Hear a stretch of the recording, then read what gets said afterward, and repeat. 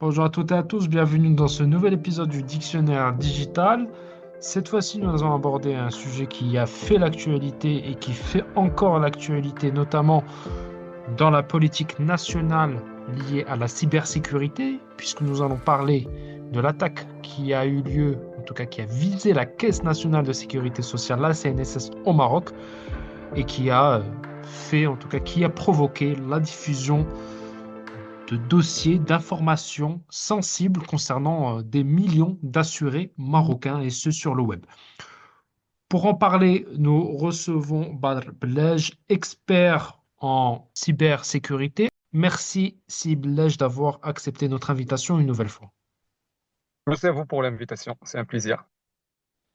Pour commencer, est-ce que vous pouvez nous expliquer ce qui s'est exactement passé lors de cette cyberattaque qui a eu lieu contre la CNSS?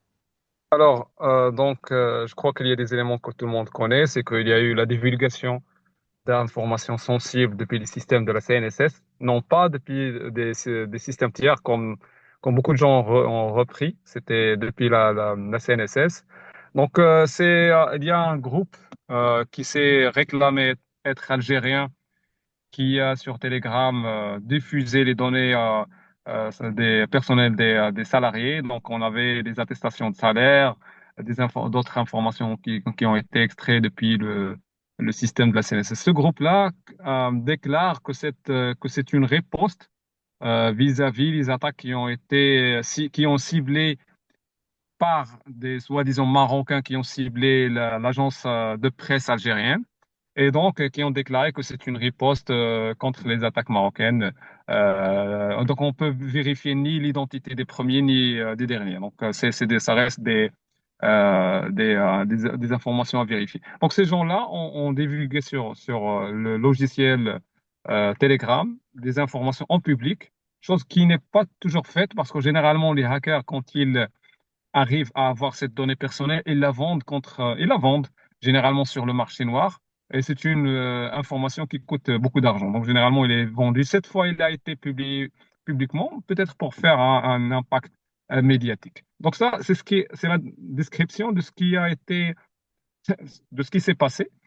Comment s'est passé l'attaque ou est-ce que, c'est-à-dire, comment ces gens ont pu avoir accès à cette information? Alors là, il y a des théories. Dans l'une, la plus probable, c'est que la CNSS, elle a un service qui s'appelle Damanco. Et ce service-là, il a une API, une sorte d'interface qui est ouverte par la CNSS pour les entreprises afin de demander ces documents pour, bien sûr, différentes fins.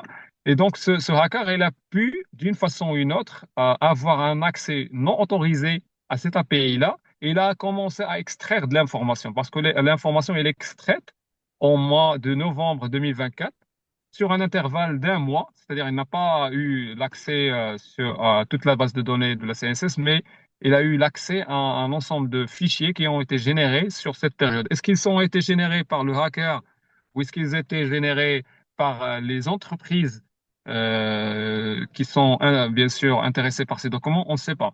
Mais généralement, c'est des documents qui ont été bien sûr générés sur cette période-là. Chose qui fait que c'est pas toutes les informations de toutes les entreprises qui ont été divulguées, c'est juste une partie. Je crois, c'est un nombre important d'entreprises, mais ça pose la question pourquoi ces données n'ont pas été cryptées parce qu'ils étaient en clair. Et c'est des documents qui paraissent légitimes. Vous pouvez facilement, c'est-à-dire lire le document, voir que c'est un document CNSS légitime. C'est-à-dire, il ne s'agit pas comme dans d'autres cas, il ne s'agit pas de fake news, c'est pas de la fausse information, c'est de l'information réelle, ce qui démontre que ces gens-là ou cette personne-là a eu vraiment accès à cette API de Damancom.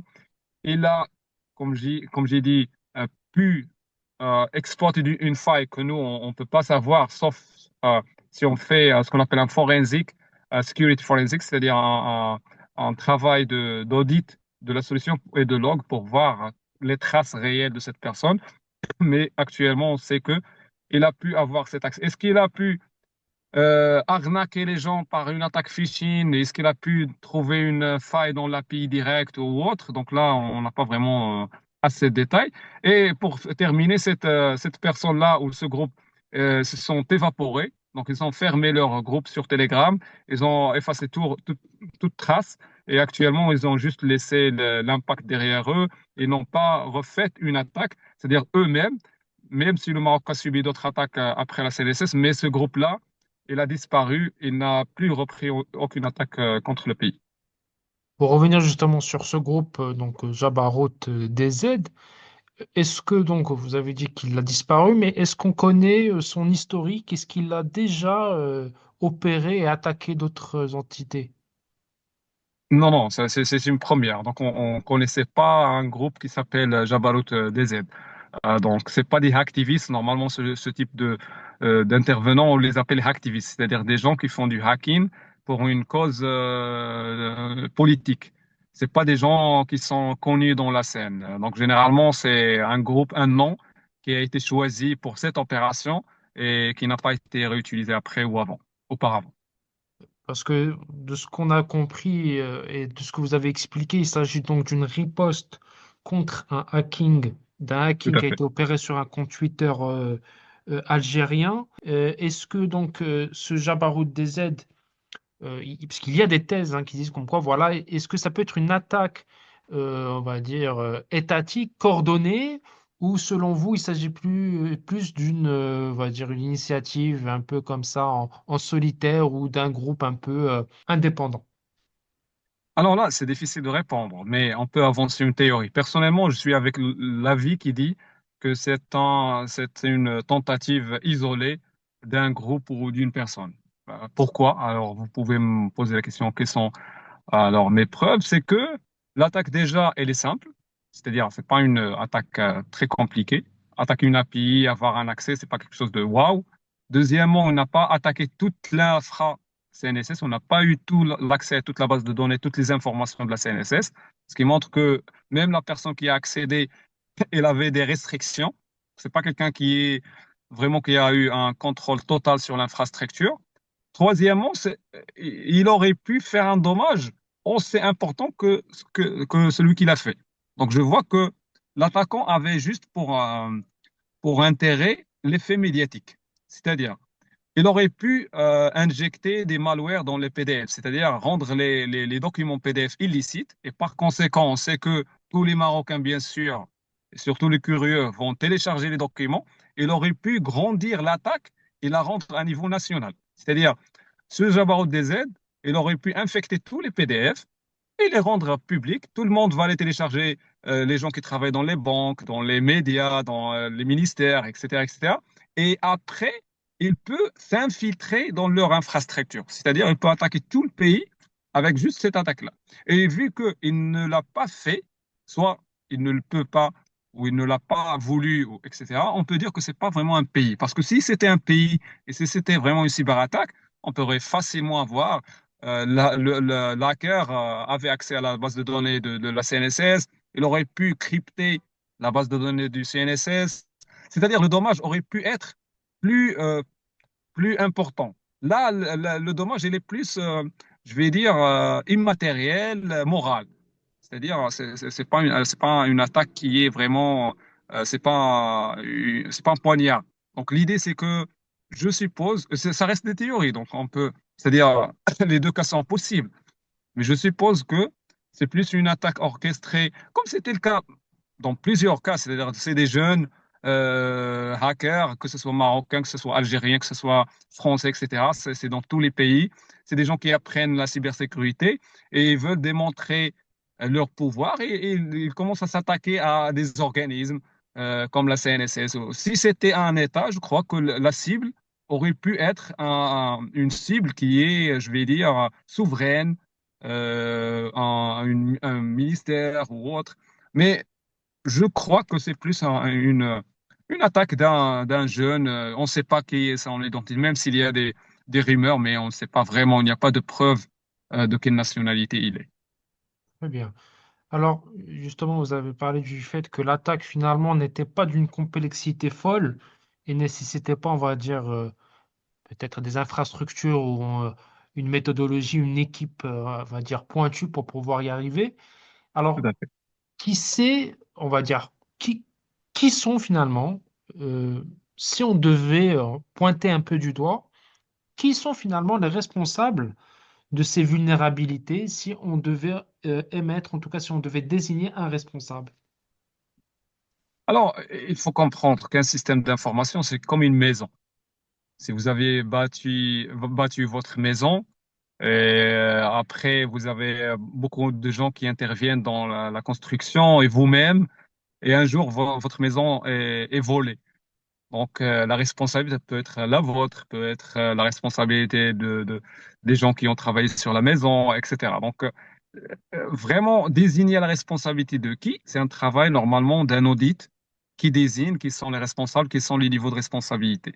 Ça peut être la responsabilité de la CNSS, ça peut être la responsabilité d'un prestataire, ça peut même être la responsabilité d'un fournisseur. Par exemple, aux États-Unis, il y avait une attaque l'année dernière de très grande scale, mais quand on a inspecté, on a trouvé que c'était un fournisseur d'une solution était vulnérable. C'est-à-dire, on peut dans la chaîne de service trouver un maillon vulnérable et l'exploiter. Donc, c'est difficile. Mais il y a quand même une responsabilité de la CNSS. On voit que les documents n'ont pas été chiffrés, c'est-à-dire ces documents qui ont été en clair. Donc, il y a quand même des points d'exclamation sur l'information disponible. Mais comme j'ai dit, on ne peut pas vraiment désigner un responsable, mais il y a des responsables potentiels. Seul un travail de forensique et d'audit peut vraiment spécifier, et on a besoin de ça. Pourquoi? Parce que à titre d'information, et beaucoup de gens ne le savent pas, la CNSS a été attaquée la deuxième fois. C'est-à-dire, cette attaque-là, c'est la deuxième attaque dont souffre la CNSS. Il y a eu une première, si je me rappelle, au 2020-2021, qui a divulgué 3 millions, les informations de 3 millions de personnes. La différence, que c'est l'autre fois, l'information n'était pas rendue publique. Elle était normalement dans le dark web. Et vous pouvez checker sur Internet, c'est-à-dire c'est pas une information secrète. Et donc là, on a une deuxième fois. Donc on doit avoir un audit, on doit connaître la responsabilité et on doit plus que ça savoir quelle était l'erreur. Parce que si on est dans un monde de digitalisation et on est en train de voir de tels risques et de tels dangers, le citoyen va perdre, on va perdre la confiance du citoyen. Nous, on veut tout digitaliser, mais, mais l'important, c'est de garder la confiance des citoyens. Si on l'arrive, si on a une telle attaque et on ne publie pas les résultats d'un audit, d'un rapport, et on sort avec un rapport qui met les points sur les i. C'est comme les avions, quand ils tombent, on doit faire un travail d'inspection pour savoir quelle était la défaillance pour ne pas perdre la confiance des voyageurs. C'est la même chose qu'on doit faire maintenant, parce que si on perd la confiance du citoyen, on va le payer très cher, au moins dans le moyen terme. Merci, si Blaise, pour tous ces éclairages. Ah, marhaba, avec plaisir. Merci à toutes et à tous d'avoir suivi ce nouvel épisode du Dictionnaire digital. À bientôt.